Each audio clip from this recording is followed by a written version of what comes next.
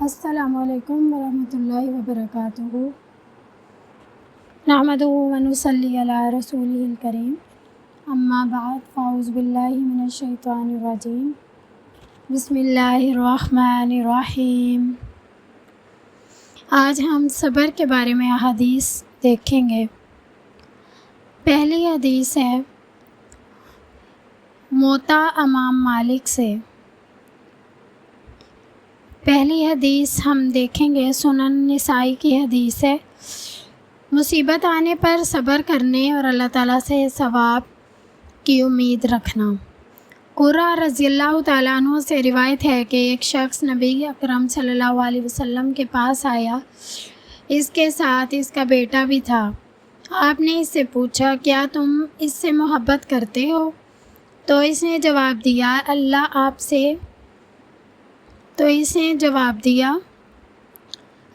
سے ایسے ہی محبت کرے جیسے میں اس سے محبت کرتا ہوں۔ پھر وہ لڑکا مر گیا، تو آپ نے کچھ دنوں بعد اس سے نہیں دیکھا، تو اس کے بارے میں اس کے باپ سے پوچھا تو انہوں نے بتایا کہ وہ مر گیا ہے۔ آپ نے فرمایا، کیا تمہیں اس بات سے خوشی نہیں ہوگی کہ تم جنت کے جس دروازے پر بھی جاؤ گے اپنے بچے کو اس کے پاس پاؤ گے،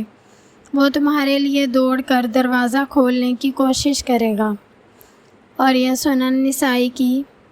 روایت ہے۔ سبحان اللہ۔ اور اس کی جو فوائد ہیں اس میں یہ لکھا گیا ہے کہ معلوم یہ ہوتا ہے کہ وہ بچہ جو تھا نا وہ نابالغ تھا۔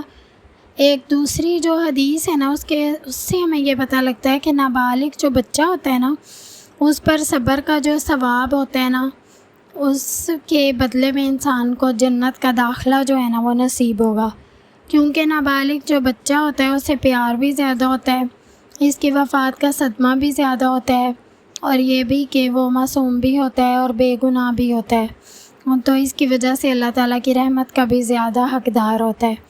اور اس کی سفارش بھی جو ہوتی ہے وہ رد نہیں ہو سکتی۔ لیکن یہ سب کچھ تبھی ممکن ہے جب صبر کیا گیا ہو،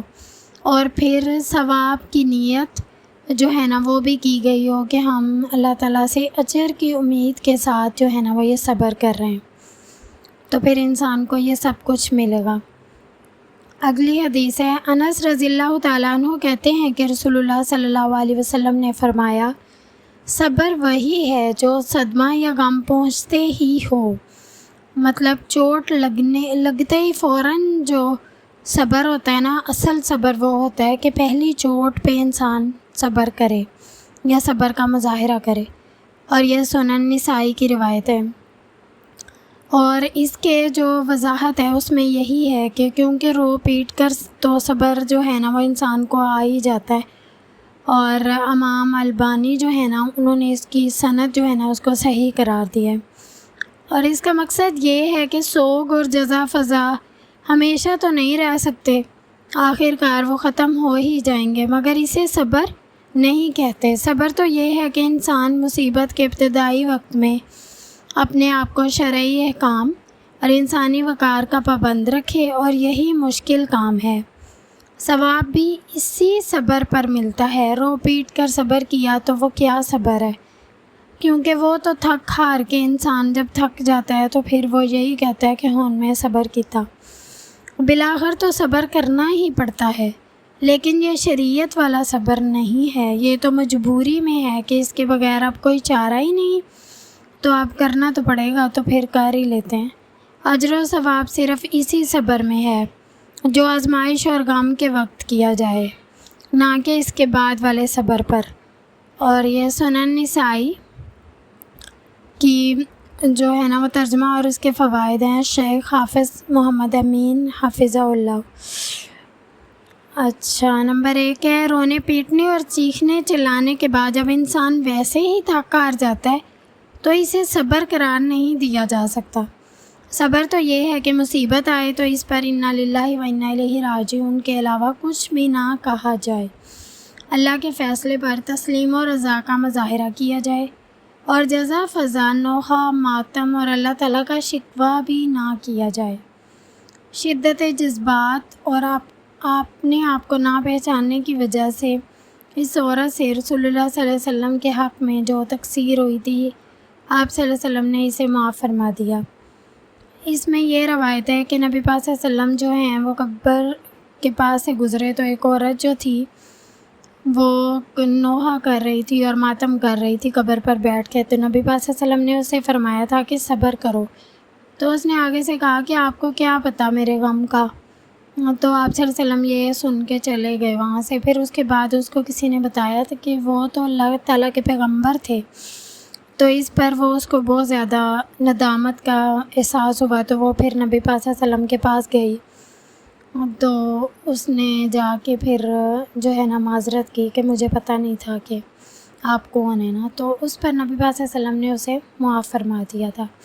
جو شخص اپنے نابالغ بچوں کی وفات پر صبر و رضا کا اظہار کرے اسے جنت کی بشارت دی گئی ہے۔ حضرت انس رضی اللہ تعالیٰ عنہ سے روایت ہے کہ رسول اللہ صلی اللہ علیہ وسلم نے فرمایا، جس مسلمان کے 3 بچے بالغ ہونے سے پہلے فوت ہو جائیں تو اللہ تعالیٰ اس کو ان بچوں پر اپنی رحمت کی برکت کی وجہ سے جنت میں داخل فرمائے گا، اور یہ صحیح البخاری کی روایت ہے۔ اسی طرح ایک دوسری روایت میں ہے، آپ صلی اللہ علیہ وسلم نے فرمایا، جس مسلمان کے 3 بچے فوت ہو جائیں تو اسے جہنم کی آگ نہیں چھوئے گی، اور یہ صحیح البخاری کی روایت ہے۔ حضرت ابو سعید خدری رضی اللہ تعالیٰ عنہ کی روایت میں ہے کہ آپ نے عورتوں سے مخاطب ہو کر فرمایا، تم میں سے جو عورت اپنے 3 بچے آگے بھیج دے یعنی فوت ہو جائیں تو وہ اس کے لیے جہنم کی آگ سے رکاوٹ بن جائیں گے۔ تو ایک عورت نے کہا، اور 2 بچوں کا کیا حکم ہے؟ تو رسول اللہ صلی اللہ علیہ وسلم نے فرمایا، 2 کا بھی یہی حکم ہے، یعنی وہ بھی جنت میں داخلے کا سبب بنیں گے، اور یہ بھی صحیح البخاری کی روایت ہے۔ سنن ابی داؤد کی جو ہے شرح کی ہے، الشیخ عمر فاروق سعدی نے، حدیث کا نمبر دیا گیا ہے۔ سیدنا ابو سعید خدری رضی اللہ تعالیٰ عنہ سے روایت ہے کہ انصار کے کچھ لوگوں نے رسول اللہ صلی اللہ علیہ وسلم سے 3 دفعہ مال مانگا تو آپ نے انہیں 3 دفعہ ہی عطا فرمایا، حتیٰ کہ آپ کے پاس جو کچھ تھا سب ختم ہو گیا۔ پھر آپ صلی اللہ علیہ وسلم نے فرمایا، میرے پاس جو بھی خیر ہوگی، بہترین مال ہوگا تو میں اسے تم سے روک کر ہرگز ذخیرہ نہیں کروں گا بلکہ تمہیں دے ہی دوں گا، اور جو شخص مانگنے سے بچے گا تو اللہ تعالیٰ اسے بچائے گا، اور جو شخص صبر کرے گا تو اللہ تعالیٰ اسے صابر اور شاکر بنا دے گا، اور صبر سے زیادہ بہتر اور وسیع کوئی چیز لوگوں کو عطا نہیں کی گئی۔ اور موطا امام مالک کی روایت ہے، نبی کریم صلی اللہ علیہ وسلم بہت زیادہ سخی اور اپنی امت کے خیرخواہ تھے، اور مانگنے والے اور محتاج کو 1 سے زیادہ دفعہ صدقہ خیرات وغیرہ دینا جائز ہے۔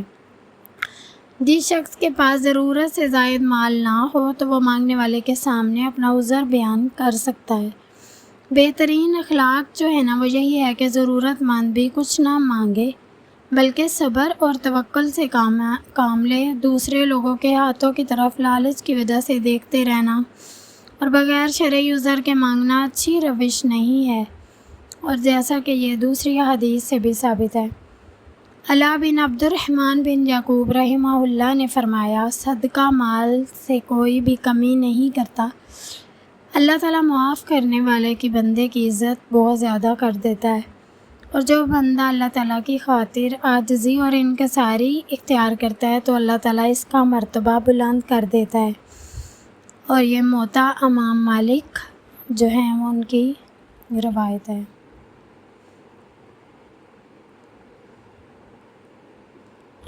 جزاکم اللہ خیرا کثیرا۔